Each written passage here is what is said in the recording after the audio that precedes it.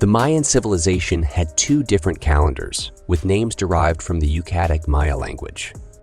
One was called the Tzolk'in and meant the count of days.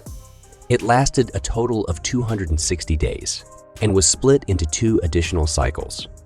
The first consisted of days numbered 1 through 13, and the second was a cycle of 20 days named after various gods from their religion. Their other calendar was the Hawab, with a year divided into 18 months of 20 days each. With the addition of 5 days at the end of the year, they considered unfortunate or ill-fated. It is the same length as our modern calendar of 365 days.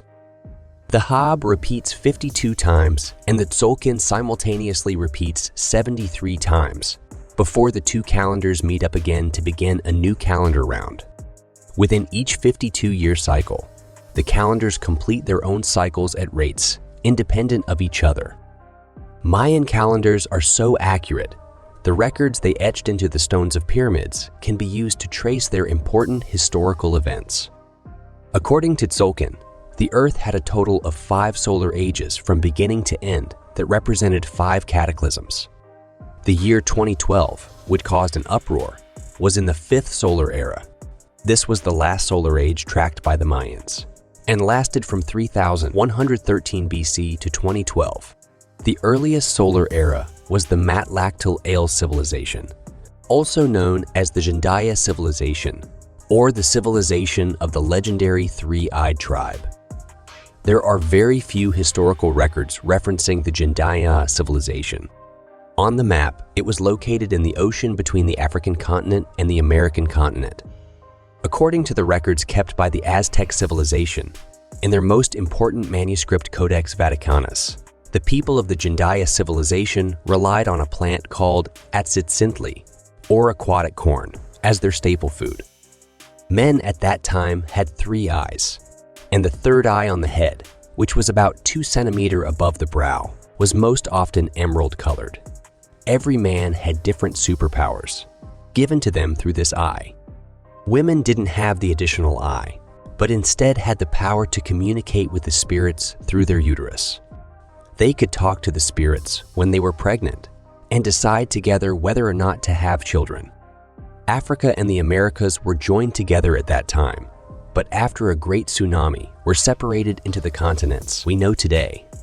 If you compare the two lands on maps, you'll see where they can be merged together. Before the tsunami, in the southeast of the Gendaya civilization, there was a city called Emina. The superpower of the people in Emina was to predict the future, and this resulted in the Gendaya civilization splitting in two. The residents of this city knew that the catastrophe was coming, so they traveled to the South Pole via a route of both sea and land to create the Mitram civilization. The Antarctic used to be warmer than it is now, so they settled there, began farming, and slowly lost the superpower of the third eye. After a long period of time, the axis of the Earth was reversed, and the South Pole became an extremely cold place in an instant. Some people were able to escape by boat to the Lemuria civilization, located in the Indian Ocean between Madagascar, Tamil Nadu, and Western Australia. All 3 continents have lemurs, but the 3 continents are not connected today, so it's speculated that they used to be part of the same landmass. Some Indian scholars believe that Lemuria is actually Kumari Kangam, the continent believed to be lost with an ancient Tamil civilization. We have told the story of Lemuria before, and it also appears in many occult books.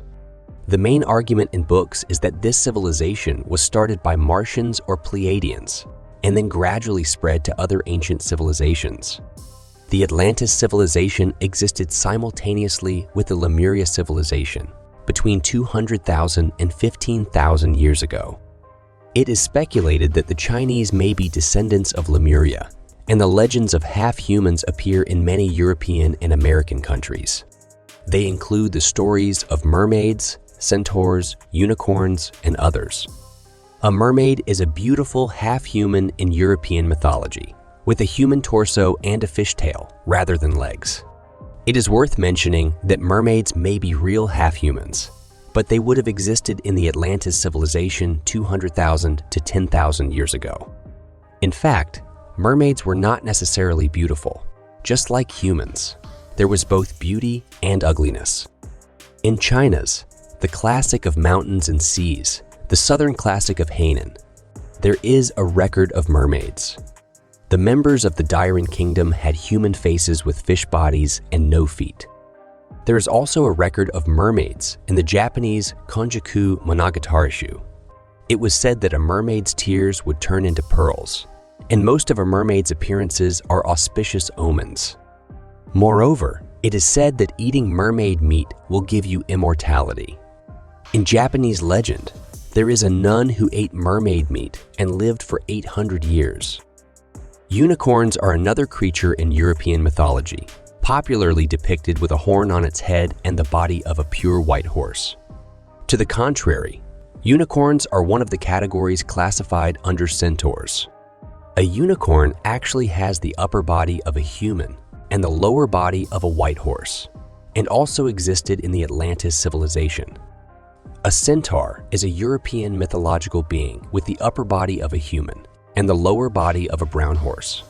Many centaurs are good at archery, so the West is also known as Sagittarius. If you look it up, you will find that in the astrological sign Sagittarius, its official name is centaur. Elves are also considered centaurs and existed in the Atlantis civilization. In European mythology, an elf is described as having a human body and translucent wings, but was very small in size. Some had more than just translucent wings, but we'll talk about translucent humanoid aliens and the connectivity of light and dark forces another time. Fairies and elves are the same kind of half-human, but in Europe, different countries gave them different names. Atlantean people were usually 200 to 250 centimeter tall, while an elf was only 25 to 30 centimeter tall. Have you read a book called Blue Blood, True Blood, Conflict and Creation? There's a mention of the transparent people with a puzzling description. At a military base where an experiment called the Montauk Project was being conducted, workers would occasionally encounter aliens who called themselves reptilians. They appeared suddenly and then disappeared just as quickly. The reptilians mainly used the lower astral plane to enter the physical world. These creatures were brought to the Draco star system by unknown organisms long ago. The Montauk Project is experimentation with time, mind control, and other alternative techniques for use in warfare. Released in June 1992, the origin of this operation was in 1943, with invisibility experiments on the new battleship, the USS Eldridge. Because the warship was moored at the naval base in Philadelphia, it was also called the Philadelphia Experiment. The purpose of this testing was to make the warship undetectable by radar, but an unexpected and serious side effect occurred. The ship became transparent. Well, I won't talk much about the Philadelphia Experiment in this episode, so that we can talk about it later in another one. I hope you enjoyed today's episode about the Gendaya civilization, and see you in the next one.